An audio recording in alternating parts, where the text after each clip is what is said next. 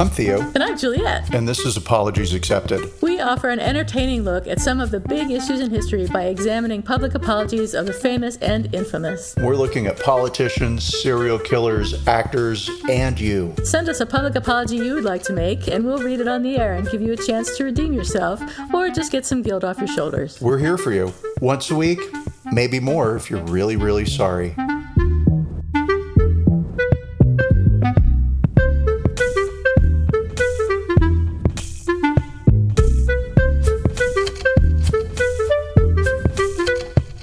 Hi, everybody. This is Apologies Accepted, the podcast.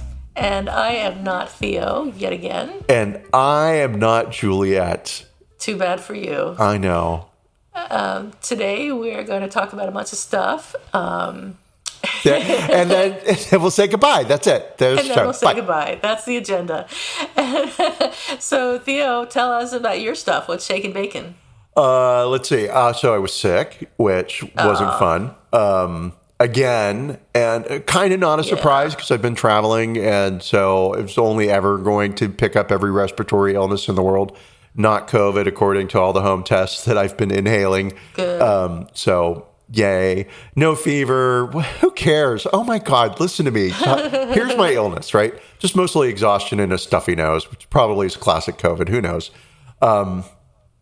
And I think it's a cold. Let me think. What else? So I did resign from work. Yay. It's definitely time for me to start venturing out into the world, doing other things. And my team is aware, so that's why I can broadcast this publicly now. And so I've got 3 more weeks. And man, do I have short timers. I am just like, oh, wow, that's a really bad problem. What are you guys going to do about it? Oh, no, that thing happened? Oh, wow. Oh, well, good luck. Yeah. I'm going to go to lunch. I'll see you in 5 hours. Bye-bye. Let me know if you want anything from Target. Half kidding. Yes. So bad short timers. And then the world is my oyster starting in March. What am I going to do? Who knows? Do you think you're going to start looking for work right away, or are you going to take some time off? I'm sorry, what did you say? What? Am I going to start looking for what right away? A new table, maybe. Some furniture. Some new fun stuff for your house, maybe. I don't know. For sure, there are some things I have my sights set on that that would be of interest, but I haven't made any moves in that market, and here's why. 'Cause I don't want people in those markets to get excited that I might be available. Because actually, while my last day is the end of February, I may be needed for a couple more weeks for training and maybe to wrap up a project or two. And I'm very happy to stay and help and want to make sure there's a very smooth transition and handover and all those things. So I'm not quite sure when I would be available to start a new thing, and also not in a real rush to jump into a new thing because I don't know if you know this, but work is ugh. It is. It can be for sure. Yeah. So at least no one's making you cry at your job. No, nobody's making me cry. People do stress me out. They do come to me and they're like, and I learned a word. Did I learn a word? I knew this word, but somebody used it, and it's trauma dumping. And I'm like, holy moly, yeah. Okay. I guess you run into a lot of that at your job. Blah. Anyway, all of that aside, that is what's shaking bacon here. Because I was sick, I didn't really do a lot, and that's life. I could go on and complain. That's not so bad. Yeah. At least you got a little bit of a downtime. And I've gone on and on and on for minutes, and I wasn't traveling, and I didn't do cool things like you. So what's shaking bacon? What have you been up to? Well, I went to, my cousin mentioned that I should go to Seattle to see the Alexander Calder exhibit that is at the Seattle Art Museum. And she's like, oh, it's just near you. I mean, of course, it's not just near me, but, it's right there, like 12 hours away by car. You should go and see it. And I thought, well, I could do that because then I could go down to Pike Place Market and I could, go to here and there and the other things. I used to spend a lot of time in Seattle at my old job. And then I thought, well, if I'm going to Seattle, I might as well go to Vancouver too, because it's just right there, which of course is not just right there, but it's right there, closer than San Francisco. So I did. I went up to Seattle and I stayed at the Alexis Hotel, which is the same hotel I've been staying at for, like 20 years now. And I got this really cool room with this great view of the Sound and the Ferris wheel and the over towards the market and everything. It was really, really, really nice. When I left home, I was literally like this ball of stress on the way to the airport. I was just a mess because my dog had fallen down the stairs like a week prior and hurt her paw and was refusing to use the stairs at all. And we live on the second floor and she's like 80 pounds. So we would have to, both of us, carry her up and down the stairs every time she needed to go outside. And of course her foot was still hurting and she was limping, and I was just, thinking, worst case scenario, this dog will never go down the stairs again, and we're going to get older, and we're not going to be able to carry her, and we're going to have to put her to sleep, and it'll be terrible, and what am I going to do? Just catastrophizing right and left. It was a really good time for me to take a vacation and get away from all of that. And leave Brett with everything. And, well, no, actually, I couldn't, because he couldn't carry her up and down the stairs by himself because she's like 80 pounds. And she's really unwieldy, and she hates being carried. So, like, if you pick her up, sometimes she'll scream like the scream of death, like she's being hurt. And I'm sure our neighbors think we're torturing our dog, but it's just because she's a little bit uncomfortable. So I took her to pet camp for the week, and I've got to go pick her up in an hour or two after this podcast is over, and there's a storm outside. It's raining like crazy, and there's this travel advisory: don't leave your house.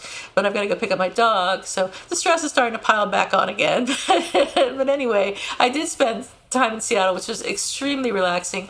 And then I just hopped on a plane and flew to Vancouver, and I got another room at the Fairmont waterfront, and again, a beautiful view of the water and Stanley Park, and just amazing, right near where the Pan Pacific Hotel, where those 5 sails are that you see in pictures, right there. And went to the art museum there, the Vancouver Art Gallery, saw some Emily Carr art, some native art, some other interesting stuff. Had coffee in different places and just kind of wandered around a little bit. Went down to Stanley Park, took a long walk, went to the totem poles, did a bunch of things, and it was just super, super relaxing. I was just so laid back by the time I got home. It was totally worth it, and I recommend these little trips to everybody who can find it in their means to take them. So take a trip, guys, if you've got the opportunity. Oh my God, I went on a mental trip with you to Seattle. I've loved the idea of just walking around and going to different coffee shops and hanging out. It was ideal. And, we're looking in little shops, and I didn't buy anything, I'm really proud of myself, because I just spent like a week throwing things out of my house that are like things that I don't wear anymore or can't wear anymore, or things that have been in boxes in storage for 5 years that I'm never going to use again. And so the last thing I need to do is to go on a trip and start buying more stuff to fill up that space with. But I did get to look at a lot of stuff, so that was fun. All right, so now I have to ask, do you have anything from high school? Do you have like clothes from high school? Oh, no clothes. I might have a yearbook or something, but that's it. Do you have clothes from high school? Oh, probably. Yeah. Yeah. No, I hated all my clothes in high school. Yeah, me too. But whatever, like things get buried in the back of the closet. Although I've moved like 700 times since high school. Yeah. It's like that shirt. I do have a couple shirts that I cannot throw away. And it's sad and it's stupid because I should. But I just feel like if I throw that shirt away, the universe will unravel. The sun will explode. I need to protect people. So, yeah. Well, thank you for not throwing the shirts away. I know, right? Thank you. You saved the world again. Yes. Constantly. Yeah. So anyway, all right. You're not as bad as... I have a work question for you, as you could have been. What? So since the layoffs at my last job, where basically everybody at the company got laid off because we got bought, I've been asked for a ton of references, and some are from people I barely know, or even worse, some are from people I actively dislike and didn't enjoy working with. And what would you say if somebody that you didn't like and didn't think was good at their job asked you for a reference? So I'm putting you on the spot. You are. But also I have the most humane answer of all time. Mm-hmm. We are all brothers in arms when we have all been laid off. Here's your reference. Good fucking luck to you. Really? Yep. Oh, wow. I'm not sure I could do that. Because what if they end up at a job and I get known as the person who gave a good reference for this idiot? Well, they're not going to hire them based on your word. Like, oh my God, Juliet likes you? Great. Here, please, this way to the corner suite. This is your new office. Well, yes. That's a good point, Theo.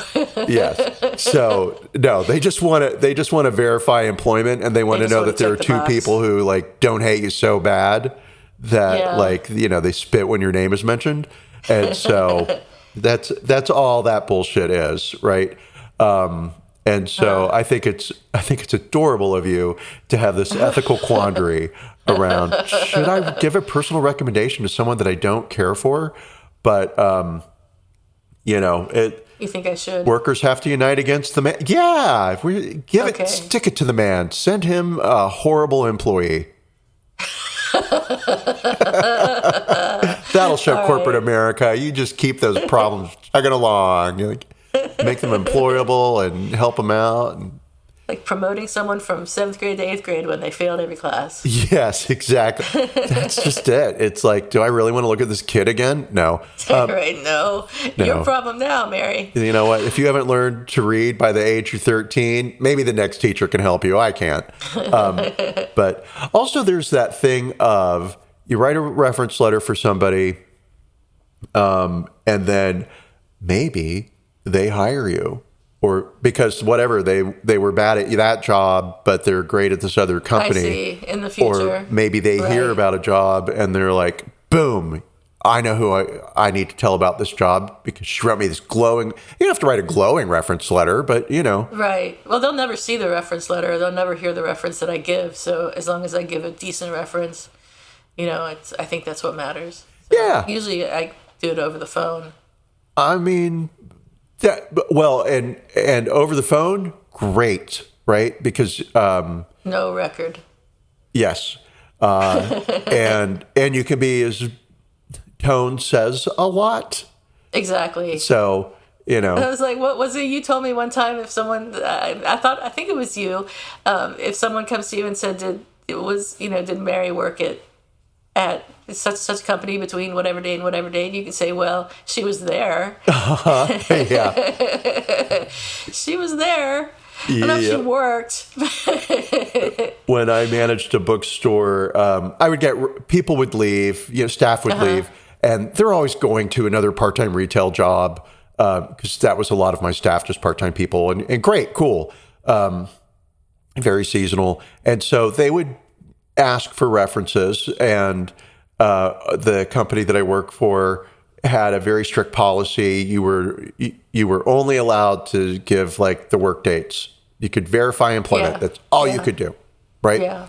But you can say a lot with, they worked here from March to June. Well, that doesn't sound real snotty, but they're obviously. Well, let me over-explain this. I understand. Thank you for your advice. You are welcome. And yes, and just give a nice little reference. They never showed up drunk that I know of. So today's story, and with this speaking episode, of showing up drunk.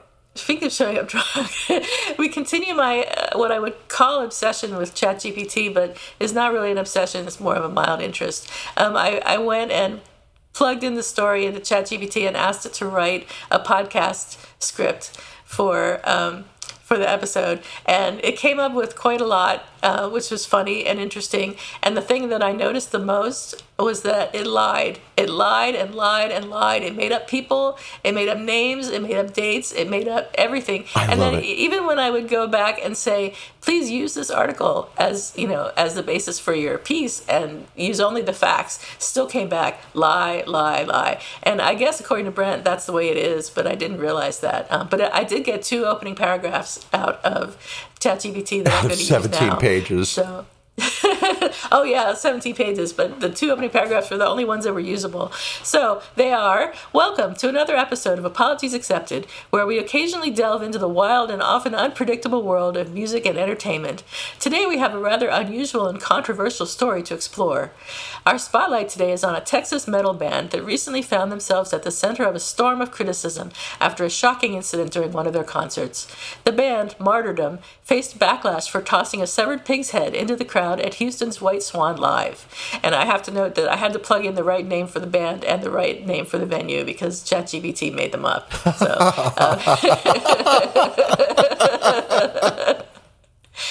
so that's that. That's the intro. This story now was moving away from ChatGPT because this is where I abandoned ChatGPT forever. The story made me curious about the White Swan Live, which is the venue. So I did a quick Google search and found out that, quote, if you feel like drinking a lot but are on a budget, they offer $8 half-gallon jugs of Budweiser Draft, which, in my head, that's a lot of beer for $8. That's a good price for a lot of not bad beer. Yeah. Not great beer. It's not National Bohemian or whatever, so... which I used to drink a lot of in college. Oh, I don't even know what that is. It's like water, basically. So back to the pig head. According to a social media poster, black metal bands are crazy. I watched some of these kids licking on the pig head. Guts were splattered on people. Diseases were spread. And then 2 of those smiley cryy emoji. What are they called? Do you know? The smiley cryy emoji? Laughing till you... No, I don't know if it has a name. But that's what I just laughing till you cry. So 2 of those. And vegans were annoyed and people were grossed out. And a witness named Dan Bui, who's 26, told NBC News, people were screaming. Kids were picking it up. Kids? There was cartilage and little meat pieces on people. I did not expect it, he said. For sure it was gross. I started dry heaving. I had to go vomit outside. And witness Xavier Gutierrez, who's 20, was horrified to see some fans bat the head around and some, quote, bite the raw meat. Gross, shocking. It was stuff I've never seen before, he said, who was there to photograph a friend's band that was also playing Friday. This was the most shocking I've ever seen. I've seen random stuff thrown around, but a pig? I don't know what's next after this that could be more shocking. And you got to remember, these are black metal fans that are shocked by a pig's head. And Gutierrez added, me and my friend and a lot of people that were near me were scared to even be around it. We saw it going over our heads and were praying that it wouldn't hit us. People were playing around with it like it was a beach ball. Did you see any of the video? I saw some still pictures, but I didn't see video. Was it fun? Yeah, I saw a very quick little clip. It was about 3 seconds long. And yeah, it was a pig's head being thrown around like a beach volleyball. It's pretty gross, really. I mean, I would not expect... I mean, in the history of black metal, I think that things have been eaten and thrown into the audience. And even when you think of G.G. Allen, I mean, even worse things have been thrown into audiences. That I'm surprised that these black metal people are shocked by a pig's head, which is just a pig's head. I mean, it's kind of gross, but... I don't know. And the band apologized. We'll review their apology in a moment. But even when they apologized, nobody was happy. They went on to Instagram after they had apologized to remind everyone of their upcoming gig in Austin. And some fans still wanted to pick a fight about the apology. So one Instagram follower wrote, bending over for cancel culture. How very black metal of you guys. Another Instagram user called Martyrdom a joke for apologizing for offending religion or vegans. The commenter added, everyone in the scene laughs at you. Gutierrez, who we heard from earlier about being grossed out by the pig's head and he didn't know what was next, stood up for the band's apology, saying, people need to realize this was more of an apology to the venue itself because it almost hit the sound guy and they left a mess. I mean, this isn't the 90s anymore. The scene has changed. I love that. This isn't the 90s anymore. Too bad, but I mean, also, thank God for the death metal scene cleaning itself up, but... I guess. Or not. The only thing to improve through the last 30 years. Black metal has cleaned itself up. Yeah. So it makes me kind of want to get into black metal now. I wonder if I would like it. I probably wouldn't, but you never know. So that's all I've got before the apology. Do you have anything to add, or shall we move on to the apology? So not too much to add. Like, I don't know a lot about black metal. Like, how does it differ from death metal? And I don't care enough to learn about the distinctions, right? But I definitely have a sense that black metal, death metal, are more extreme versions of heavy metal, and unlistenable in my world. Right? It's a lot of screaming into a microphone, and it's a lot of pretend satanic bullshit. And it's, and so, like, do black metal bands spray the audience with death? With blood? There's too much death, too much blood, too much heavy metal. Stupid.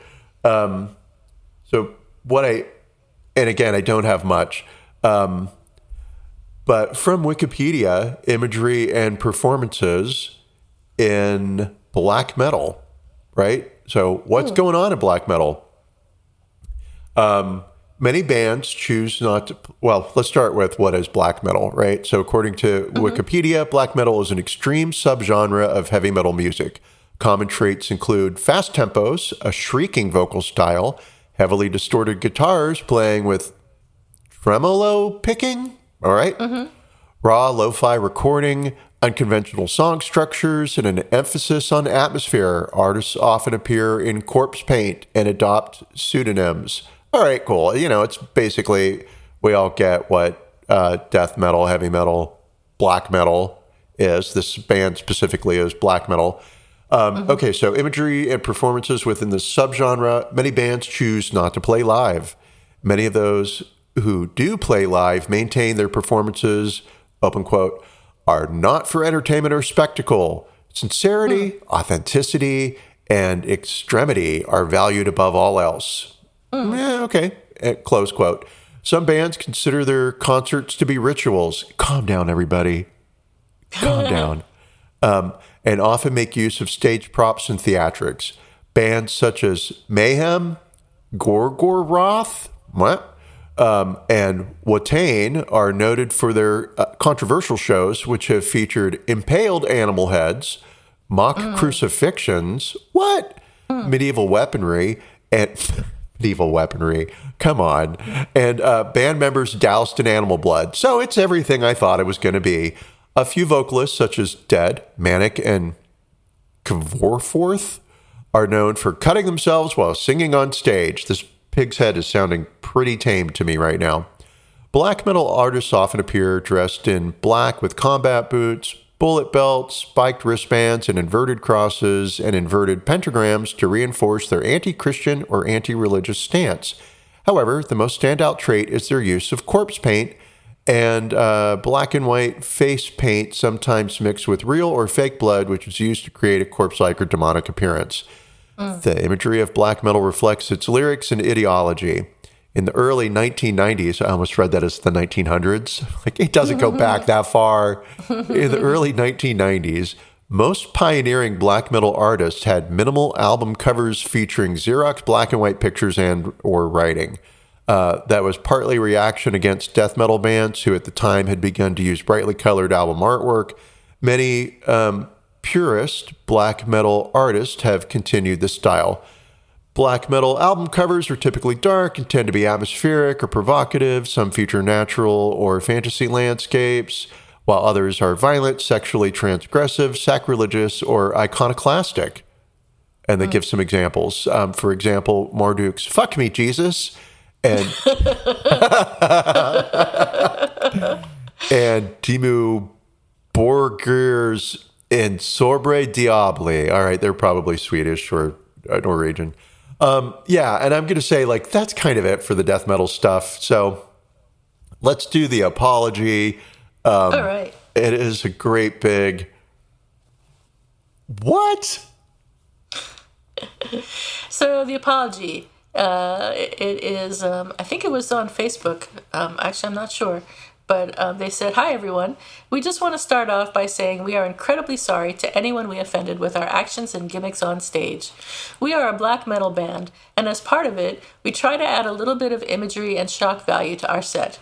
Unfortunately, our act has gotten carried away and way out of hand, offending many and even harming some. We want to apologize to any vegans, Muslims, or other minority groups we may have offended, and to anyone who is harmed by our act. Most importantly, we want to apologize to the White Swan and Harry the Sound Guy specifically. Thank you so much, White Swan, for giving us the opportunity to play there. So off the top of your head, what do you think of that apology? I'm curious to see your gut reaction. And that was exactly my question to myself, too, when I read the apology. And it was like, all right, there's a couple of different things happening here.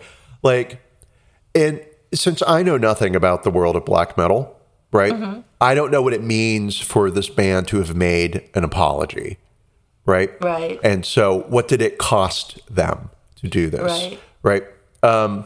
So I wasn't sure how I felt. And okay, so let's work through it. Let's work through Theo's number, right? I felt like it was a 7. It's kind of where I'm coming at, and here's why. They did get pushback from fans and concert goers that said, you shouldn't be apologizing. You're black metal. You know, you should have thrown 2 pigs' heads. You should have doubled down.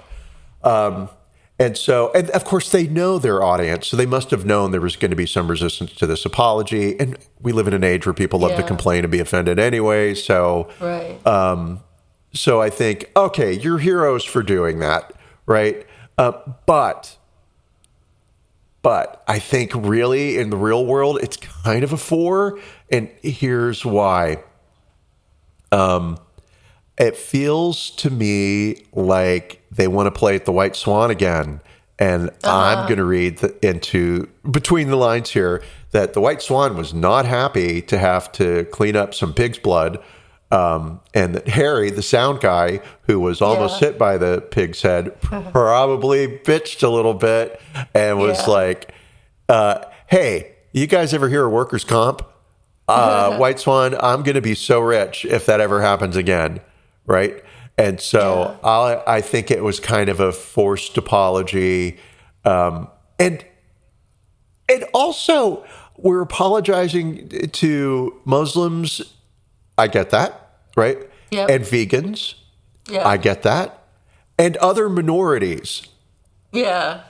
I don't know what other minorities they're talking about. I mean, why don't you just say you're sorry to everybody who was in the room who whatever, right?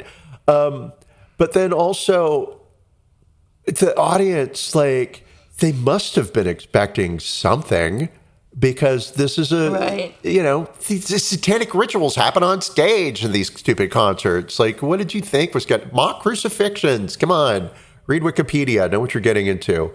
So I think it was a little self-serving. And so can I just throw a 5 at it and say it'd be a 7 if I didn't feel they were going so hard to appease the White Swan so they could play there again in the future? I had the same feeling about it, especially those last 2 sentences with apologize. Most importantly, we want to apologize to the White Swan and Harry the Sound Guy, which was funny, and I also felt it was a little bit self-serving. So if we look at it via our criteria, was there an expression of regret? Yes. Was there an explanation of what went wrong? Yes. Was there an acknowledgement of responsibility? Kind of. Pretty much. Yeah. I guess they took responsibility. Was there a declaration of repentance? Yes. Was there an offer of repair? No, they didn't say we're not going to throw any more pigs' heads into the audience. They kind of implied it, but they didn't actually come out and say it. And there was no request for specific request for forgiveness, although they came pretty close. So I think I would give this one, mostly because, like you, I feel that they're really apologizing to the White Swan because they wanted to play there again. So I would give it also a 5. Okay. Fair. All right. Good. So, good for the band for apologizing. You definitely knew you'd be getting some heat. I did go through their Instagram feed to read some of the comments. Oh, did you? Yeah. And they were... So it was 50-50. Some people were like, thanks for apologizing. You guys are awesome. Yeah, this is what black metal is all about. And then other people were like, black metal doesn't apologize. You guys are stupid and this is awful. And one person was like, you're pussies. but then didn't spell out the word pussies, but used an ampersand in place of the U. And it's like, you can't even spell the word that you're calling these people. Who's a pussy? And also, come on, there's other words you could use, but whatever. Yeah. With this story, I didn't have a lot to dive into. It was kind of like, well, the history of black metal, I don't care. Blah, blah, blah. It just wasn't anything that grabbed me. So I Googled Pig's Head in news. Oh my gosh. Although this band and this story has the first 2 pages of web results for Google News, everybody covered this. Everybody. And by the way, thank you, TMZ, for breaking this story, I believe, and also for your headline, which was swine flu, FLEW. Fucking genius. I love you guys. What the fuck? Who approved that headline? Amazing. Who came up with it? Double amazing. But then after you get through the first 2 full pages of Google News results, on page 3, our news starts to read, someone brought a pig's head to Trump's court appearance in Miami. That's a news article. Pig's head barbecues, mosque backlash tests South Korea religious freedom. Okay. And that's from May of this year. All of these are from 2023. Some are from earlier in the year. Some are more recent. Virginia police officer investigates after pig mask, I can't breathe shirt found in police car. All right, that's a pig mask. It's not a pig head. Another of the metal band, Trump's arraignment. Somebody brought a pig's head to Trump's arraignment. South Korea mosque. Russian tanks fortified with sandbags, pig's heads, prompt Mad Max jibes. So it looks like, and that's from October of this year. Where are people getting these pig's heads? From pigs. Thank you. Thank you. That just came right off the top of my head, too. Like, brilliant. Just genius. 3 pro-Kremlin journalists have pig heads delivered to their doors.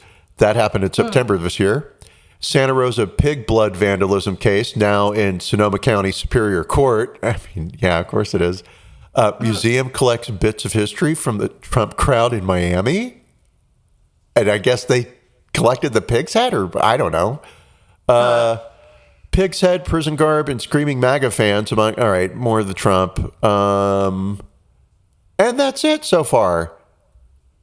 So it seems like there's always something about a pig's head in the news, which endlessly fascinating.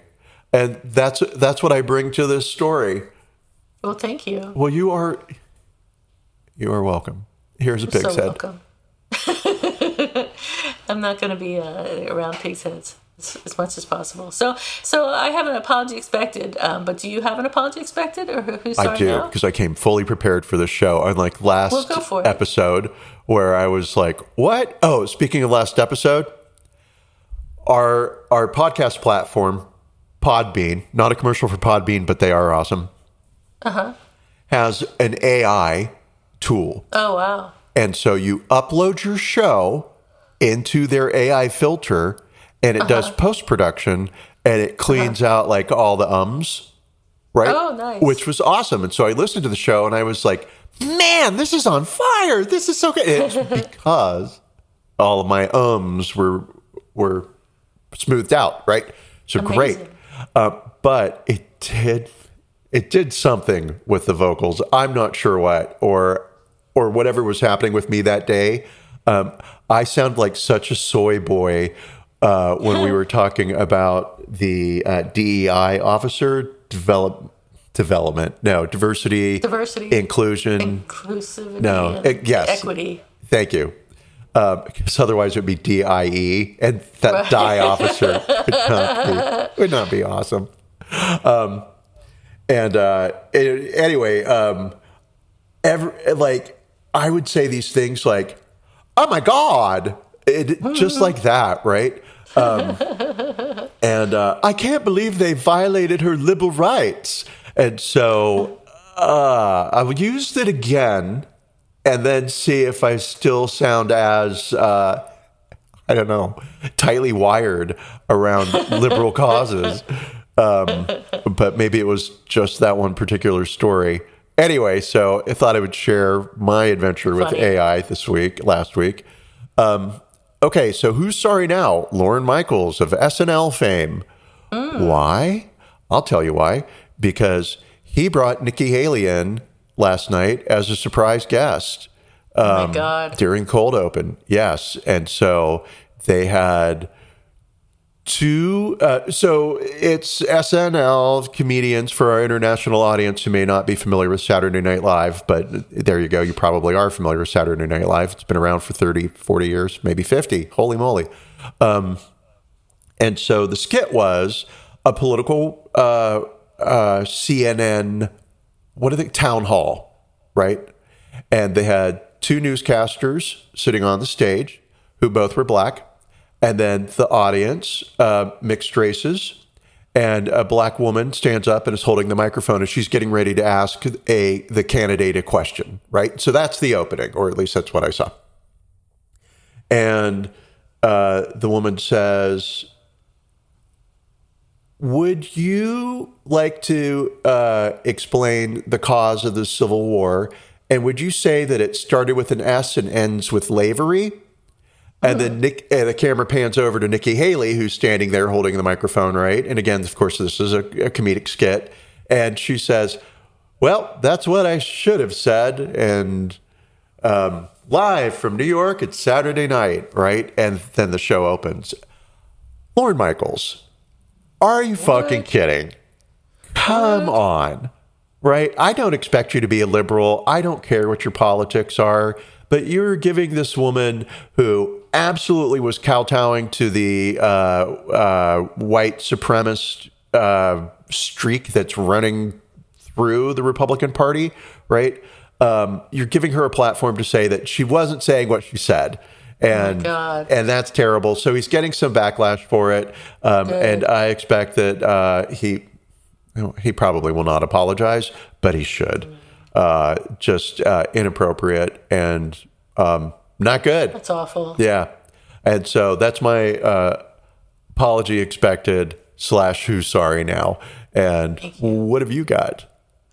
Well, according to a recently filed lawsuit, the Cadillac, a San Francisco city-funded housing facility for low-income and formerly homeless adults, is being sued over a persistently broken elevator that leaves disabled residents confined to their room for weeks on end. The San Francisco Standard reported last year. Yeah. The San Francisco Standard reported last year that the Cadillac's elevator was being held together by a zip tie. Are you motherfucking kidding me? Not kidding you at all.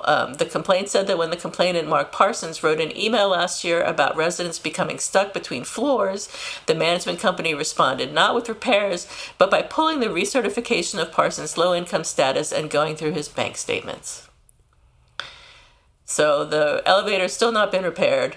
There's a lawsuit. The city gave $10 million to various organizations to repair elevators in homes like these last February, and it is still stuck in red tape.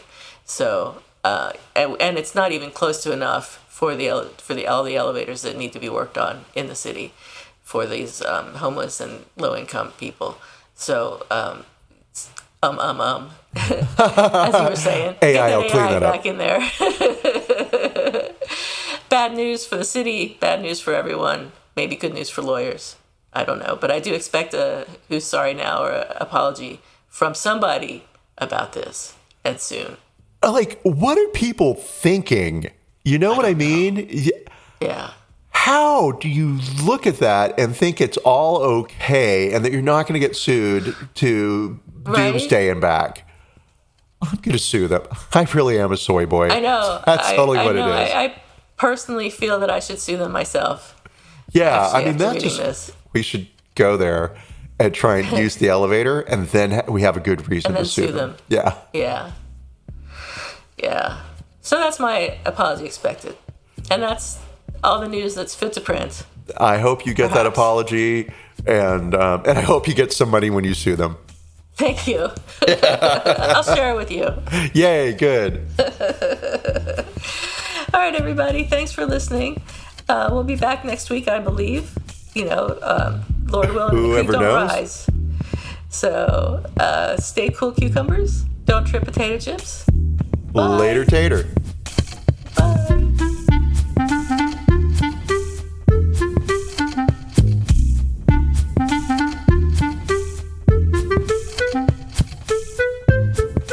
Thank you for listening to Apologies Accepted, the podcast. You can find links to the articles and the sources in the show notes. To submit an apology or find out more, visit us at apologiesaccepted.net, where you can also find our merchandise. We're on Twitter at Apologies Accepted. And on Instagram at apologies.accepted. You can support our important work at Patreon.com/Apologies Accepted. And fuck Facebook.